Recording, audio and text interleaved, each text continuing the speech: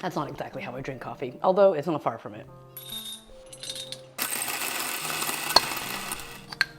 It's been 3 years since I've had my Breville Dual Boiler. This is a little 3-year update of everything that I like and parts that I feel like you should replace, parts that you don't need to replace. You know, we're gonna cover all of that, all of the knowledge I've acquired in the last 3 years. I already did a full, very in-depth 20-minute long video on my channel, so you can check that out. I'll link it in the description down below. This is just a follow-up casual chat. I'm also gonna test something out. If you see this, the item numbers, so you can easily tag them and view them in the description to see those product links if you're interested in buying them. And this will just be a lot easier to reference. If I already have a video on my channel, I will link in the description down below, though I may make a video after the release of this video. So do check in the descriptions because I will be adding updates there. I purchased this machine in November of 2020. Breville often has sales. At the time, I paid $1,400 Canadian. Now with inflation and the state of the world post-pandemic, this machine now costs $2,400 Canadian and $1,000 more, which at the time, $1,400 already was a lot of money for me to be spending in general and also on this espresso machine. This is not something I thought I was gonna get into like this. I was also completely unaware of the prices of machines, but I wanted to dive in and get a good equipment that could grow with me. I had the Breville. I got the Sette 270, which was the cheapest grinder you could pretty much get for espresso at the time. And then the Breville Dual Boiler, and that was already a lot. And now, since then, I've upgraded to the Weber Workshop's Key, and I really like it. They have a updated version, which looks really great, but not enough for me to actually update because my Weber Workshop's Key is working perfectly fine. I still think that the Breville Dual Boiler is the best value, especially machine that you can get on the market. PID, programming the temperature, you can auto start it on off, easy, back flushing clean cycle too. I have a whole cleaning schedule video. It's dual boiler, makes great espresso, and there's tons of resources online for it to guide you in terms of what you can do with it and how to repair it, because it is a prosumer machine. It's not meant for you to open up and fix up, but it's such a popular machine with espresso enthusiasts. There's tons of information online, on forums like Home Barista, where you can find tons of people providing information and testing things and what to fix, when to fix. I've had this for 3 years. I've not had to do anything so far. I haven't changed the O-rings, although that is something that I should probably look into. I haven't found any food safe O-rings that I know will work with this machine.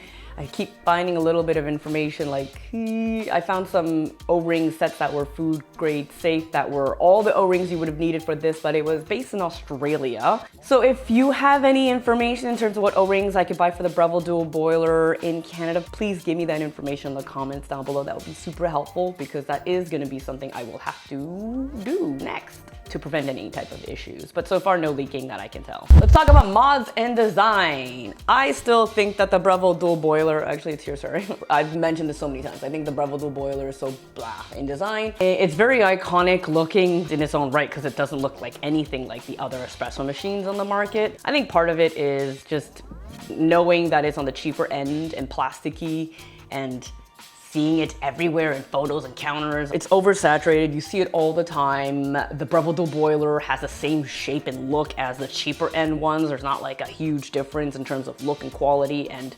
materials that they use, so it's kind of unfortunate. I wish they had a more luxe version, but I think that would just, you know, take away from what Breville is.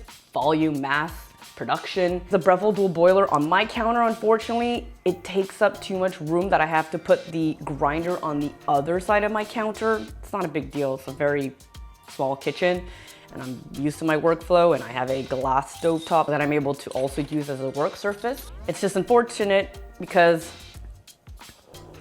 coffee break. This would make sense on a manufacturing standpoint. Like 99% sure that they use the same casing as the Breville Oracle, which is also dual boiler, but the more automated version, because there was a huge empty space there that I think included grinder and auto tamping mechanism would be on the Oracle. So they just reuse the same shell. Of course, that would reduce the amount of parts and molding and everything they have to do, which is, you know, reducing the cost at the end of the day for the consumer. And it's just unfortunate because given how big Breville is of a company, I feel like they could have just made a slightly different casing for the Breville Dual Boiler instead of reusing it. It would have shrunken the size, but there is something that I did do to make the Breville a little bit more interesting, because for the Dual Boiler, they only have it in black as another option than the brushed stainless steel. And I just vinyl wrapped mine, changed the look completely, and made it just blend into my counter way more seamlessly. So I am quite happy with that. So you could always do that if you don't like the look of it. And in terms of mods, there is the Slayer mod. I feel like if you have the Breville Dual Boiler, you are very aware of this Slayer mod. I really love light roast. It was so capable, the Breville Dual Boiler, with light roast before that, which is why I never felt the need to, you know, open it and dig into it. Thanks to Home Barista Resources, I was able to do the mod. Thank you to everybody that posted on there. And then I made a follow-up video recently about how to dial in and everything. I'm still playing with that, tweaking it, and there was a new video from Lance Hedrick about pressure profiling that I had to watch a few times to really understand all the concepts. And I've been testing and playing around with pressure profiling in different ways now. I haven't noticed a big difference right now in doing a very slow, gentle long pre-infusion, the way Slayer does, versus what Lance was mentioning, which is going full flow. Once you see first drips, you cut it off before the pressure builds up too much, and then letting it bloom, letting it in, like, get all the water into the grounds, and then opening it up. I haven't really noticed a difference in taste or even in, you know, how it looks on the puck after extraction. I'm still playing around with that. Slayer mod really opens up a whole new level of control and taste on your machine. It's great. Also, it's hard to repeat just because it's so sensitive and you're manually controlling everything, but the opportunities for that is incredible. It's so funny because when I first started espresso, I actually got a Gasket Cadorna Plus, a super auto, because I wasn't into espresso yet. I had played with super autos at my family's place and at my work, and I was like, the coffee's good enough, I don't really care. That was me. I can't go back to that, for better or for worse. And I remember that I didn't want to tinker with all these variables. I didn't want to mess around with all the steps of espresso. Like, oh, that's not for me. Now I love it. Now I like have a logbook where I log things. I love learning about it. I love the routine of it every morning. No matter what my day is going to look like, at least having a nice cup of coffee is almost a guarantee. There are some days where you can't dial in a bag and it's frustrating. But sometimes you need contrast. That way, you know, when you have a good day of dialing in a bag and dialing in a great shot, you're like, oh, this is all worth it. So let's talk about some pieces that I feel like you should replace versus pieces that I feel like you should not replace. Let's start with the tamper. I love the innovation of having the tamper integrated into the Breville Dual Boiler. I think that's just genius. It's great that it comes with one. It's too loose for the portafilter, which means that you'll get a donut ring around it. It'll do the job. When I first got the machine, I didn't have a tamper yet. I wanted to play around with the stock parts and upgrade slowly. This is definitely one that I would say upgrade, and you'll have a better experience and better tamping experience, better extractions. It's also just very lightweight, which means that you're gonna have to use more human force to push down and tamp. The one that I upgraded to a spring push tamper, I guess I can call it, where it self-levels by sitting on here and then you just push in until you get enough pressure. There is a depth adjuster, but I wouldn't even go by that. I would just push until I get enough pressure and release, and it would create a nice leveled tamp each time. I recently just upgraded to the probably end game tamper that I will buy, which is the force tamper that I have been eyeing for a very long time. There will be a review coming up for this one. I like it so far, but honestly, this will do the trick just fine. Or you can get a spring push calibrated tamper that will click at 30 pounds. So I'll link different versions for you that you could check out, and all of those will be good, but I will suggest to go for something different than the original stock tamper. Something else that I would consider changing is the milk jug. If you are a espresso based milk drinker, this milk jug is a weird format. I think it was like 16 ounces. It's very much an in-between size. You want to get the right jug size for the right amount of milk that you're frothing. Otherwise, it's just way too big. It's hard to get a good swirl going. I'm sure you could still do a good job, adequate job with this, but it is just a little bit too large that, you know, getting the wand in there, it's not optimal. I got this one first, which is one of those cheap Amazon ones, very thin walled, has little markings on the inside, which was super helpful to figure out your milk quantities. Then I got this one, which is a replica of a very famous jug that we see online. It just looks really cute. And it had a sharp spout versus a round spout, because I thought I was just getting so good at latte art that I definitely needed the precision. And my latte art is still, it's gotten better, but I'm not entering any contests any soon. And I just keep using this now because I like the way it looks, and I don't have any lines on the inside, which was kind of annoying at the beginning, but now I just go by weight. I put 100 grams of full fat milk in here, and we're just so used to weighing everything anyway. My coffee scale is already out.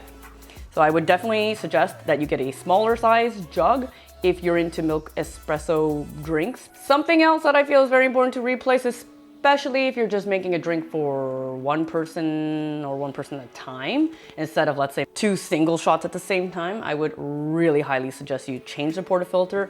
This is a great portafilter from Breville, heavy duty, but it is a double spouted portafilter, so you can't see your shots. It's a lot more things to clean. That's something that I did change after, I don't know, a few months maybe, is I got a bottomless portafilter. So now you can see your shots while it's extracting. So if you're really off the mark and it's coming off from one side, you can diagnose and see, okay, I'm probably not having an even tamp situation, or I'm not distributing well before tamping, like something's off and I need to adjust. Also, it's just so pretty and satisfying to look at. Another advantage with the bottomless portafilter versus the spout is you gain so much more space underneath the portafilter to where your cup is. So here you have all this additional space that you need to factor in, additional height that you're losing. So if you have a taller mug, or you have a big, tall coffee scale, or you're eating up space. And to speak about the next thing, baskets and shower screens. The IMS screens, I was looking into it, the bolt will stick out. It just feels like it creates new problems. I kept the stock basket. I just popped it from the portafilter into the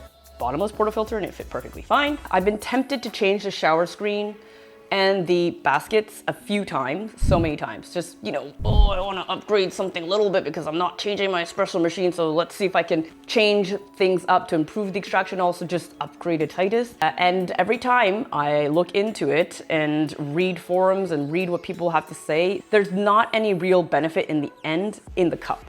And at the end of the day, that's really what I should care about. So I wouldn't even spend money on that. Lance Hedrick also took it under a microscope. I'll link that video in the description.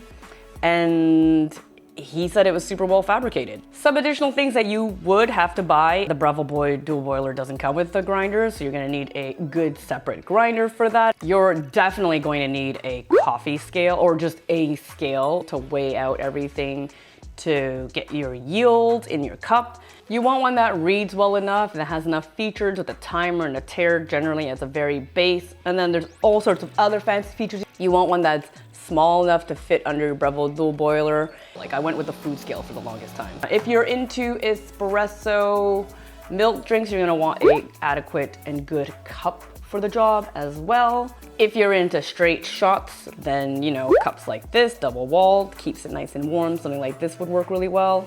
Shot mirror, very low price and really great to be able to see your shots. Paired with your bottomless portafilter, these cost so little now. There's just so many more accessories than 3 years ago. This is one with a movable arm, and I just stick it onto the current tamper to get a good view. All the other mirrors that I'll probably link are gonna be the ones that you put on the bottom, and they're also magnetic generally, and you get a great view of the bottom of the portafilter without having to turn your neck over. And this is actually something I wish I had gotten sooner.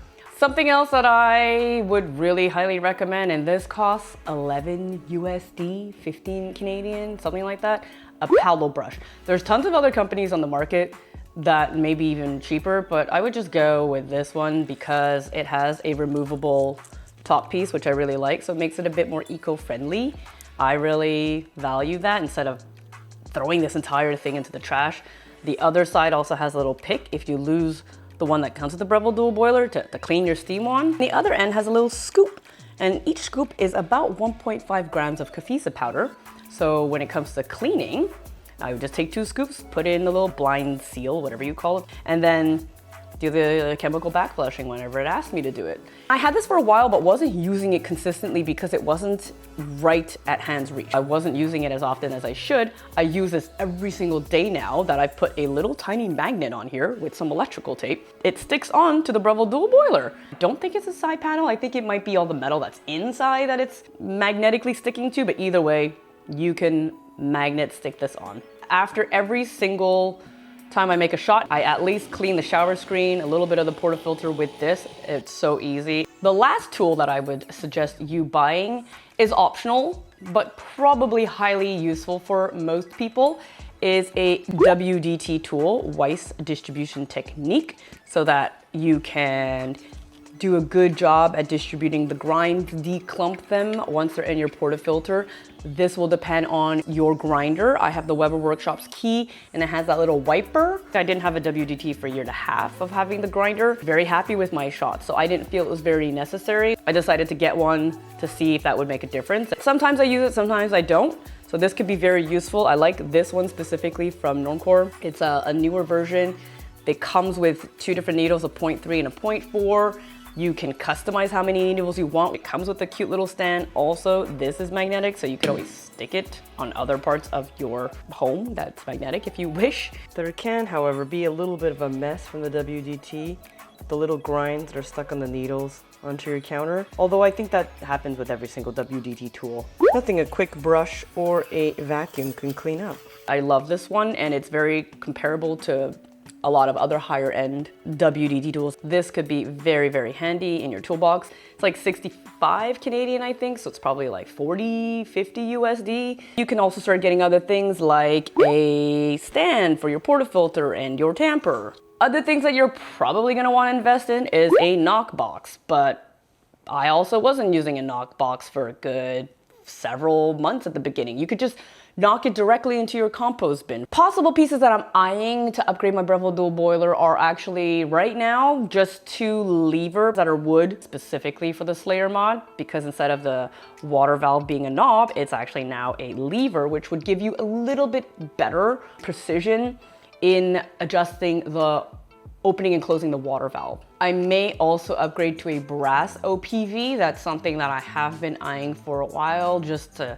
dampen the sound a little bit and also more easily adjust OPV if I ever want to do that, but that's not something that I've really played with. I've adjusted it one time with a blind basket. Now it reaches up to 10.5 bars and I've been happy with that. And I haven't really felt the need to change it, but maybe with an OPV that makes it a lot easier to adjust, I may maybe play with it. I don't know.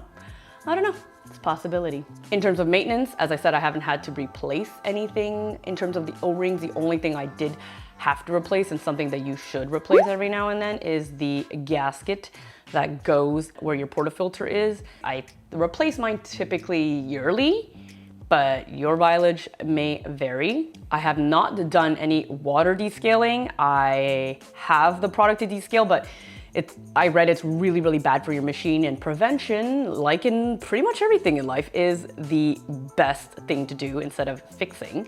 So I reluctantly bought the water filters that go in the Breville Dual Boiler that are made for that. It'll soften the water before even going into the whole systems and pipes and everything in the boilers, before being able to like cake on. Do I still love it? And do I plan on changing it, upgrading it? Every now and then I like to look at what's on the market. I do follow a lot of coffee YouTubers. I see a lot of equipment that goes out. I'm pretty much checking coffee stuff every single day, in terms of equipment, in terms of gaining more knowledge. I'm very tempted a lot of the times, but at the end of the day, I just can't justify spending a couple grand more to get a machine that is nicer, smaller, has the same features. I haven't had issues with my Breville Dual Boiler, and if I were to upgrade a machine and to match these features, it would be much more expensive. And at the end of the day, it would just be because it looks better and is better built for long-term durability.